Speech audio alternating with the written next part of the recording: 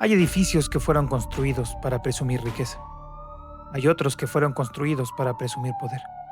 Y después está el Partenón, una enorme residencia levantada en las costas de Guerrero, inspirada en el templo griego, con columnas monumentales, mármol, habitaciones extravagantes y una historia que terminó convirtiéndolo en uno de los símbolos más incómodos de una época en México. Porque aquel lugar no perteneció a un rey, ni a un empresario, perteneció a un policía, Arturo Durazo Moreno, el Negro Durazo.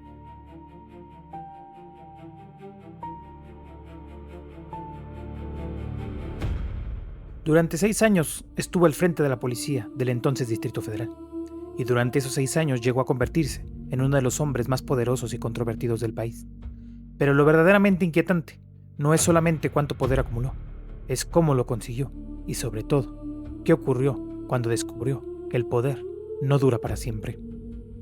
Pero yo, en primer lugar, cuando yo dejé la Federal de Seguridad, yo me fui a Chihuahua y yo amasé una cantidad bastante fuerte en aquel entonces.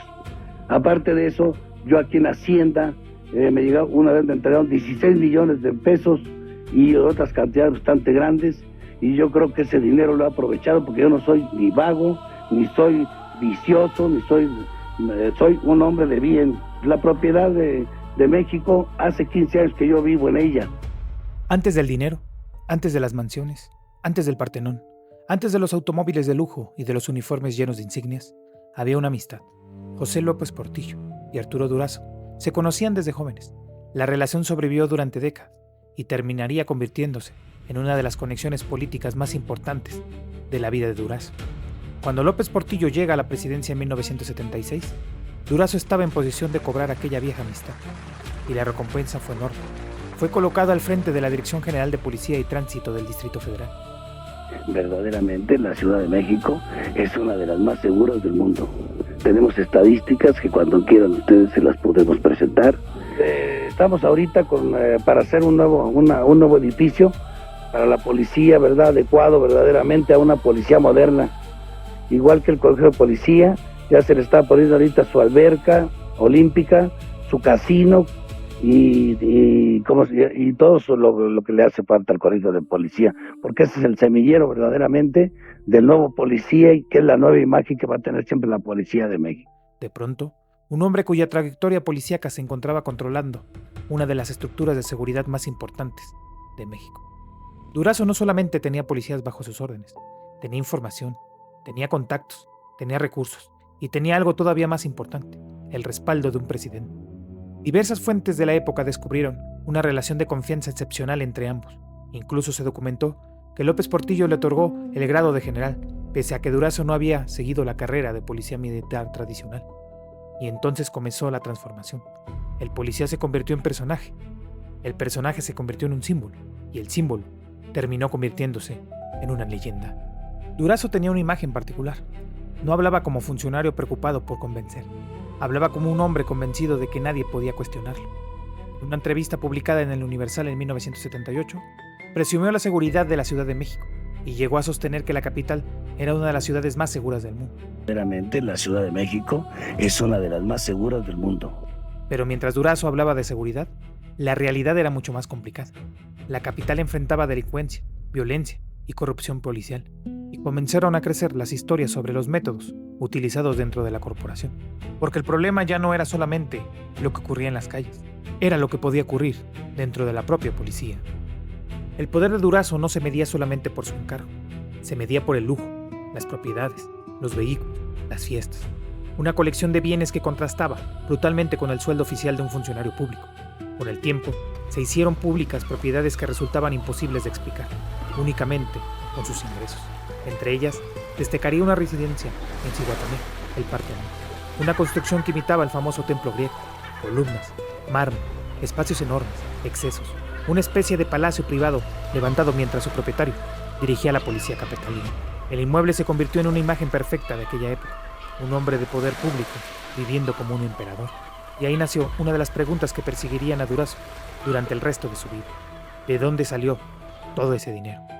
Las acusaciones de la época apuntaron hacia la corrupción, extorsión y otros negocios ilícitos. Pero es importante separar la historia de la leyenda.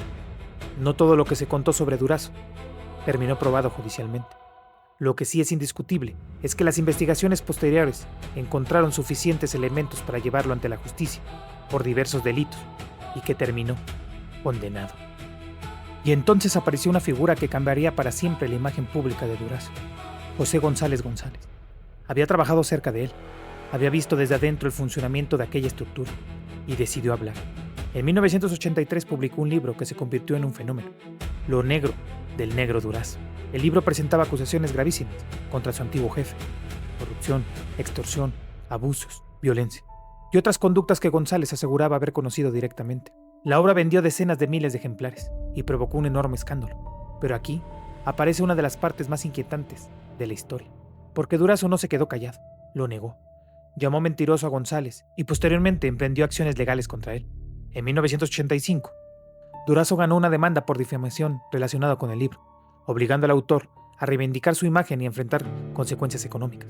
Es decir, el hombre que había sido presentado como intocable todavía tenía suficientemente poder para pelear desde la cárcel contra quienes habían decidido denunciarlo. Y eso dice mucho de la dimensión de su influencia. Pero hay un episodio que convirtió la historia de Durazo en algo todavía más oscuro: el caso del río Tula. A principios de 1982, aparecieron cuerpos de personas relacionadas con un grupo de presuntos delincuentes. El caso estuvo rodeado de acusaciones de tortura, ejecuciones extrajudiciales y encubrimiento. Durante décadas, el episodio quedó ligado a elementos de la policía capitalina y al entorno de Durazo. Sin embargo, aquí debemos detenernos, porque una cosa es la acusación histórica y otra muy diferente es una condena judicial por esos hechos. Durazo fue procesado y sentenciado por otros delitos, pero quedó en libertad respecto de las imputaciones públicas relacionadas con la matanza del río Tula. La historia entonces quedó atrapada en una zona incómoda. Entre las denuncias, los testimonios, los expedientes y las preguntas, nunca desaparecieron completamente. Y quizás eso fue lo más inquietante de cualquier leyenda, porque cuando una sociedad no obtiene respuestas claras, el vacío comienza a llenarse con rumores. Pero ninguna protección es eterna. En 1982, terminó el gobierno de José López Portillo. Llegó Miguel de la Madrid. Con él llegó también el discurso de una llamada renovación moral, y Durazo dejó de ser un hombre protegido por el poder presidencial. Ahora era su objetivo. Las autoridades mexicanas comenzaron a perseguirlo. Durazo salió del país. Durante un tiempo, su paradero fue incierto. Se habló de Estados Unidos, Canadá, Europa y diferentes escondites. El hombre que durante años había controlado policías ahora estaba huyendo. Y entonces ocurrió algo cinematográfico. Junio de 1984, aeropuerto de San Juan, Puerto Rico. Durazo fue identificado y detenido por agentes del FBI. El hombre que alguna vez había presumido su poder terminó esposado lejos de México. Las autoridades mexicanas lo buscaban por delitos que incluían acopio de armas, fraude, evasión fiscal y contrabando, entre otros señalamientos, y su imperio comenzaba a destruirse. En 1986, Estados Unidos finalmente lo entregó a México, y el hombre que había construido una imagen de poder absoluto terminó enfrentando un proceso judicial. Llegaron las condenas, la prisión, los años detrás de los barrotes. La historia que durante tanto tiempo había parecido imposible, finalmente ocurrió. Durazo terminó condenado a una larga pena. Una de las sentencias superaba los 11 años de prisión por extorsión. También enfrentó una condena por acopio de armas y permaneció preso durante casi 8 años. Pero incluso ahí, la historia volvió a cambiar. Su estado de salud empeoró. En 1992, obtuvo su libertad bajo las condiciones previstas por la legislación de la época. Había cumplido solamente una parte de su condena. Y aquí aparece una parte que casi siempre se pierde cuando contamos historias como esta.